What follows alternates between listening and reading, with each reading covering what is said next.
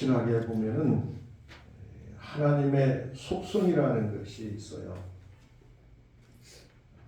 하나님만이 가지고 있는 특성을 하나님의 속성이라고 말합니다. 무소부재. 하나님은 어디든지 계신다. 또 영원성이라는 그런 특성도 있어요. 하나님은 시작도 끝도 없고 영원하시다. 불변성. 하나님은 변하지 않는다.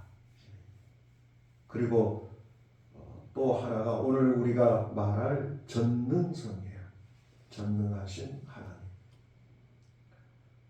우리가 사도신경을 신앙으로 고백하지 않습니까? 처음으로 어떻게 시작합니까? 나는 전능하신 아버지 하나님을 믿습니다. 사도신경에서도 하나님의 전능함을 고백하죠. 그렇다면은 이 전능이란 무엇일까? 이 전능이란 왜 하나님에게 이 말을 붙일까? 이런 것이에요. 하나님은 모든 것을 다 하실 수 있다. 이런 의미죠. 하나님에게는 불가능이란 없다. 이게 바로 전능이에요. 사람과 대비되죠. 사람은 할 수 있는 것보다는 할 수 없는 것이 더 많잖아요. 우리 인간의 한계죠. 요즘 의료기술이 엄청나게 발달했지 않습니까? 그러나 아무리 의료기술이 발달했더라도 고치는 질병보다는 못 고치는 질병이 더 많다고 말하지 않아요? 그래서 통계를 내보면은 의사가 고칠 수 있는 질병은 고작 20%밖에 안 된대요. 나머지는 그냥 자연에 맡기는 겁니다. 그러나 하나님은 어떠세요? 하나님은 말씀하시죠. 모든 것을 다 하실 수 있다. 하나님에게는 불가능이란 없다. 이 전능성이에요. 전능하신 하나님. 욥기 42장 2절, 마태복음 14장 26절에도 하나님의 전능함을 말씀하고 계시죠. 주께서는 못하실 일이 없사오며 무슨 계획이든지 못 이루실 것이 없는 줄 아오니. 하나님께는 못하실 일이 없다. 사람으로는 할 수 없으나 하나님으로서는 어떻게 다 하실 수 있느니라. 사람은 할 수 없지만은 하나님은 다 하실 수 있다. 오늘 본문에도 하나님은 자기 자신을 뭐라고 아브라함에게 말씀하고 계시죠? 나는 전능한 하나님이라. 아브라함에게 지금 말씀하고 계십니다. 나는 전능한 하나님이라고 소개하고 있잖아요. 왜 하나님은 이 말씀을 아브라함에게 했을까? 그 배경을 우리가 좀 알아볼 필요가 있습니다. 하나님이 아브라함에게 세 가지 약속을 해 주셨죠. 어떤 약속입니까? 내가 앞으로 큰 민족을 이루게 될 것이다. 큰 민족. 지금은 혼자지만은 너를 통해서 엄청난 민족을 이루게 할 것이다. 두 번째는 이름을 창대하게 할 것이다. 너의 이름을 세상 사람들이 모르는 사람들이 없도록 해줄 것이다. 세 번째 약속은요, 내 자손을 하늘의 별, 땅의 모래처럼 줄 것이다. 이 약속을 해 주셨어요. 그런데 이 세 가지 약속 중에 보세요. 큰 민족을 이루게 해줄 것이고 이름을 창대하게 해줄 것이다. 이거는 늦더라도 뭐가 해결해 줍니까? 시간이 해결해 줘요. 좀 천천히 가더라도 시간이 되면은 이 일이 해결될 수 있지만은요, 자손이 하늘의 별처럼 땅의 모래처럼 많을 거라고 하는 것은요, 시간이 가면 갈수록 어떻게 해야 돼요? 이거는 불가능해요. 지금 이루어지지 않으면은 이거는 가면 갈수록 나이가 들면 들수록 불가능한 약속이죠. 이거는 나이가 들수록 점점 더 멀어지는 하나님의 약속이에요. 그래서 아브라함은 점점 더 나이가 들어가자 좀 초조해집니다. 그래서 그는 자기 나름대로 인간적인 방법을 통해서 이 문제를 해결해 보려고 했어요.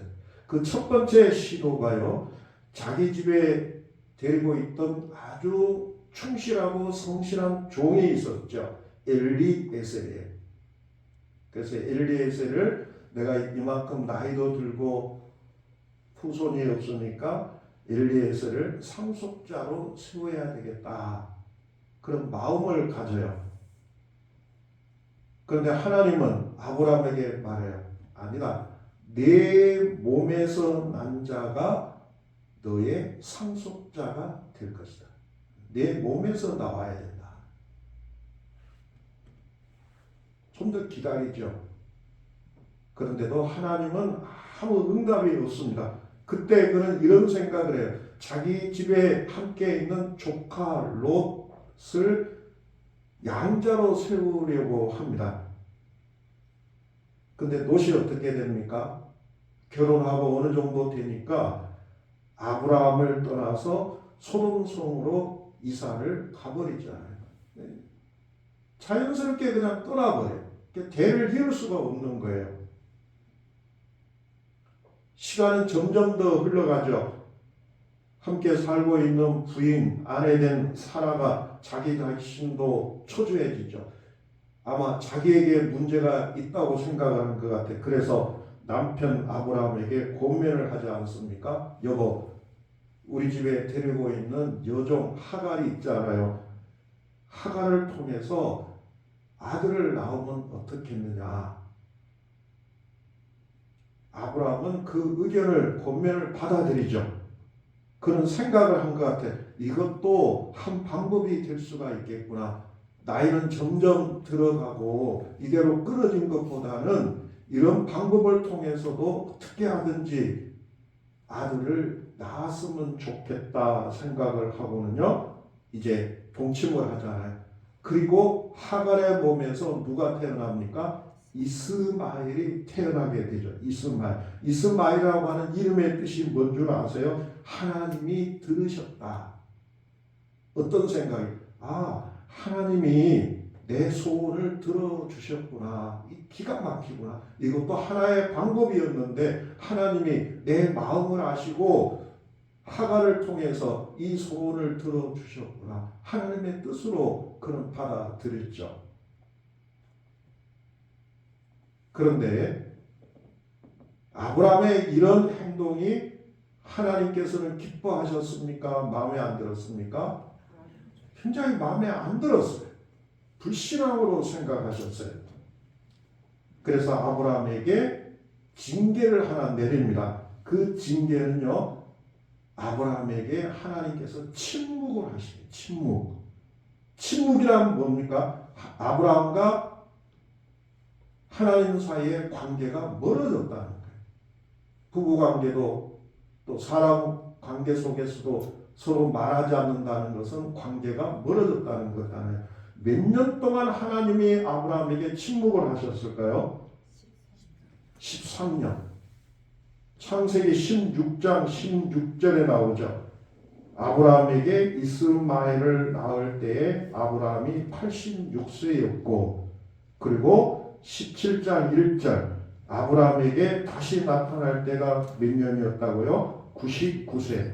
빼면 몇 년이요? 13년. 13년 동안 하나님은 아브라함에게 침묵으로 징계를 하셨어요. 어떤 말씀도 하나님께서 13년 동안 안 해버린 거예요.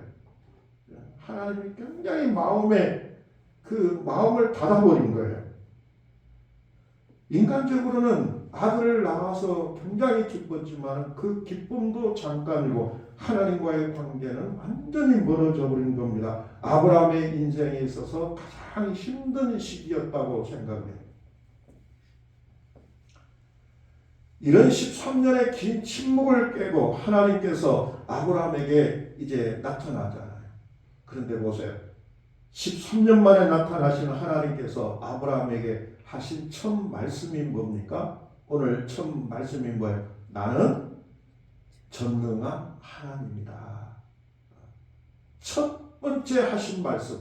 13년의 긴 침묵을 끝내고 하나님이 아브라함에게 하신 그 첫 말씀이 나는 전능한 하나님이다. 이 말씀을 하시는 거예요. 이 말씀은요, 두 가지 의미가 들어있어요. 하나는 책망의 말씀이죠. 나는 못할 일이 없는 전능한 하나님인데, 그렇다면 내가 나의 약속을 믿고 나를 정말로 전능한 하나님이라고 생각했다면 나를 믿고 기다려야 되는데 왜 나를 믿지 못하고 이렇게 엉뚱한 방법, 인간적인 방법으로 내 아들을 낳았느냐. 책망의 말씀이에요. 왜 인간적인 방법으로 이 일을 했느냐. 또 하나는 경고의 말씀입니다. 앞으로는 내가 살면서 하나님이 전능한 분이라는 걸 절대로 잊어버리면 안 된다. 하나님의 전능성을 내가 잊어버리면 안 된다. 만약에 내가 또 하나님의 전능함을 잊어버리고 지금처럼 이렇게 편법으로 인간적인 방법으로 또 한다면은 나는 또 침묵할 것이고 너와 나 사이는 멀어지게 될 것이다. 각오하라는 거예요. 경고의 말씀이었어요. 전능의 반대말은요, 한계란 말이죠. 한계. 이거는 하나님에게 쓰는 말이 아니라 누구에게 쓰는 말입니까? 우리 인간에게 쓰는 말. 우리는 한계가 너무너무 많잖아요. 그런데 여러분, 우리가 인간적으로 모든 면에서는 한계가 있지만은 우리의 한계를 넘어설 수 있는 방법이 하나가 있죠. 어떤 방법이 있습니까? 전능하신 하나님이 누구를 통하여? 나를 통해서 일하시면은 우리는 어떻게 해야 돼요? 우리의 한계를 넘어설 수가 있는 거예요. 아멘 하십니까? 나는 한계가 있지만은 하나님의 전능함이 내 안에 들어올 때에 하나님의 전능함을 통해서 우리는 우리의 한계를 넘어설 수가 있어요. 그게 지금 아브라함에게 보여주는 거다. 아브라함은 한계가 있죠. 나이는 점점 더 들어가죠. 그는 더 이상 할 수 없는 한계가 있지만은 하나님이 그 속에 들어오니까 불가능했던 일이 가능하도록 바뀌어진다는 거예요. 우리가 잘 아는 바울의 고백을 우리가 한번 들어보도록 합시다. 고린도 후서 4장 7절에서 9절입니다. 같이 읽읍시다. 우리가 이 보배를 질그릇에 가졌으니 이는 시인이 큰 능력은 하나님께 있고 우리에게 있지 아니함을 알게 하려 함이라. 우리가 사방으로 우겨싸임을 당하여도 쌓이지 아니하며 답답한 일을 당하여도 낙심하지 아니하며 박해를 받아도 버림바 되지 아니하며 거꾸로 뜨림을 당하여도 망하지 아니하리라. 이 보배를 하나님의 전능함을 어디에다 담았다고요? 질그릇. 질그릇은 우리를 이야기해. 우리는 질그릇처럼 연약한 사람들이요. 깨지기 쉽죠. 그러나 깨지기 쉬운 한계가 있는 우리 안에 보배되는 하나님의 큰 능력, 능력이 뭡니까? 전능하신 하나님이 내 안에 들어오면은 오늘 우리의 인생은 달라진다. 질그릇 같은 인생도 달라져요. 어떻게 달라집니까? 상황으로 우겨쌈을 당하도 쌓이지 않고, 답답한 일을 당하여도 막심하지 않고, 박해를 받아도 버림받지 않고, 거꾸로 엎드림을 당해도 우리는 망하지 아니한다는 거예요. 할렐루야. 우리 속에 전능하신 하나님이 능력을 주시면 우리가 이런 모습으로 변화될 수 있다는 거예요. 또 하나 보세요. 빌립보서 4장 13절 읽읍시다. 내게 능력 주시는 자 안에서 내가 모든 일을 할 수 있느니라. 능력 주시는 자, 전능하신 하나님이 내 안에 들어오셔서 내게 능력을 주시면 그 다음 내가 모든 것을 할 수가 있다. 할렐루야. 오늘 여러분, 이게 바로 전능한 하나님이 내 안에 들어올 때 내가 이런 사람으로 변하는 놀라운 은혜를 약속하고 계시는 거예요. 오늘 우리가 살면서 전능하신 하나님의 능력을 잊지 않기를 바랍니다. 나를 바라보면 희망이 없어요. 우리는 질그릇이에요. 그러나 질그릇 같은 내 안에 하나님의 능력이 들어오니까 내가 이런 모습으로 변화되더라. 두 번째 전능이라는 말은요, 하나님이 역사를 주관하신다는 말씀이에요. 하나님이 우리의 삶의 모든 역사를 주관하신다. 주관하고 계신다. 한번 물어볼까요? 악한 사람, 선한 사람, 우리 주변에 다 이렇게 함께 살고 있잖아요. 일반적으로 보면은 악한 사람이 잘 됩니까? 선한 사람이 잘 됩니까? 악한 사람이 잘 되죠. 훨씬 더 눈에 많이 띄죠. 우리들만의 생각이 아니고요. 성경에 보면은 욥이라고 하는 사람도 악한 사람들이 잘 되는 걸 보면서 한탄한 글이 나옵니다. 욥기 21장을 같이 읽어볼까요? 어찌하여 악인이 잘 살며 장수하며 세력이 강하냐. 그들의 후손이 그들과 함께 굳게 서고 자손이 그들의 목전에서 그러하구나. 그들의 집이 평안하며 두려움이 없고 하나님의 채찍이 그들 위에 임하지 아니하며 그들의 수소는 새끼를 빼고 그들의 암소는 낙태하는 일이 없이 새끼를 낳는구나. 그들은 아이들을 양떼같이 내보내고 그들의 자녀들은 춤추는구나. 욥이 주변에 살고 있는 악인들을 보니까 잘 사는 거예요. 장수하는 거예요. 오래 살아요. 세력도 강해요. 악한 사람들이. 후손들이 점점 더 잘 되는 것을 봅니다. 왜 그들은 잘 될까? 수소는 새끼를 베고 암소는 낙태한 일이 없고 사업하는 것마다 잘 되는 것 같아. 복권을 긁으면 로또가 당첨이 돼요. 악한 방법으로 무슨 일을 하는데 망해야 정상인데 오히려 더 돈을 많이 버는 거예요. 자녀들은 춤을 추는 것이 보여요. 자녀들은 화우식으로 살. 이런 걸 보면서 욥도 한탄을. 또 하나 더 보면요, 시편 73편에도 이런 악인들이 더 잘 된다고 이야기하는 글이 나옵니다. 시편 73편.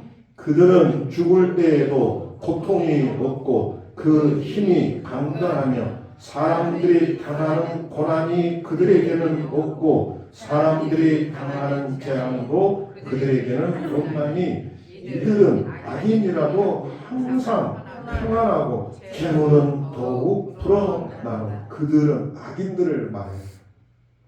죽을 때 그냥 하늘에서 벼락을 맞고 죽었으면 좋겠는데 고통도 없이 죽어요. 재물은 감히 갈수록 더 불어나. 이런 세상을 보면서 악인들이 잘 되는 형통하는 걸 보면서 사람들은 어떤 생각을 갖습니까? 절망을 하죠. 왜 세상이 이렇게 불공평하냐? 왜 세상은 이렇게 돌아가요? 그래서 어떤 사람들은요, 악인처럼 살아버리는 사람도 있어요. 굳이 내가 이 땅에 살면서 믿음을 굳이 지켜야 할 필요가 있을까? 적당하게 살다가 악인처럼 살다가 나도 적당하게 사기치고 저런 사람들은 살면서 호의호식 하다가 그냥 살다가 죽으면 되지. 친일파들이 그런 거잖아요. 왜 독립투사처럼 저렇게 어렵게 살아 인생? 적당하게 인생 즐기면 되지. 그리고 악인들은요, 더 교만해집니다. 하나님이 어디 계시냐?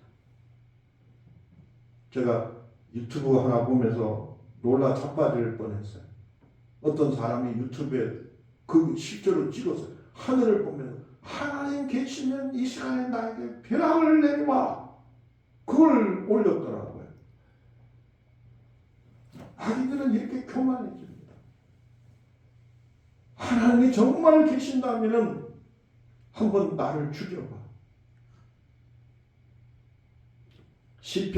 시편에 보면은 악인들은 하나님이 없다고 하느니라 그렇게 나와요. 악한 일을 해도요 점점 더 당당해집니다. 그러나 오늘 우리는 거기서만 끝나는 게 아니에요. 뭘 믿어야 됩니까? 전능하신 하나님은 오늘도 살아계십니까? 아니면 없습니까?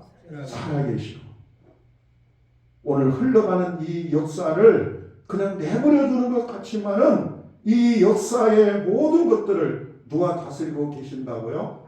하나님이, 전능하신 하나님이 선한 사람도 믿음의 사람도 다스리고 계시지만은 악한 사람도 다스리고 계시고 역사를 주관하고 계신다는 오늘 이 사실을 우리가 믿는 거예요. 악인이 지금은 형통하는 것 같지만은 언젠가는 하나님은 이 땅의 모든 악인들을 심판하실 것이다. 우리는 이런 믿음을 갖고 있잖아요.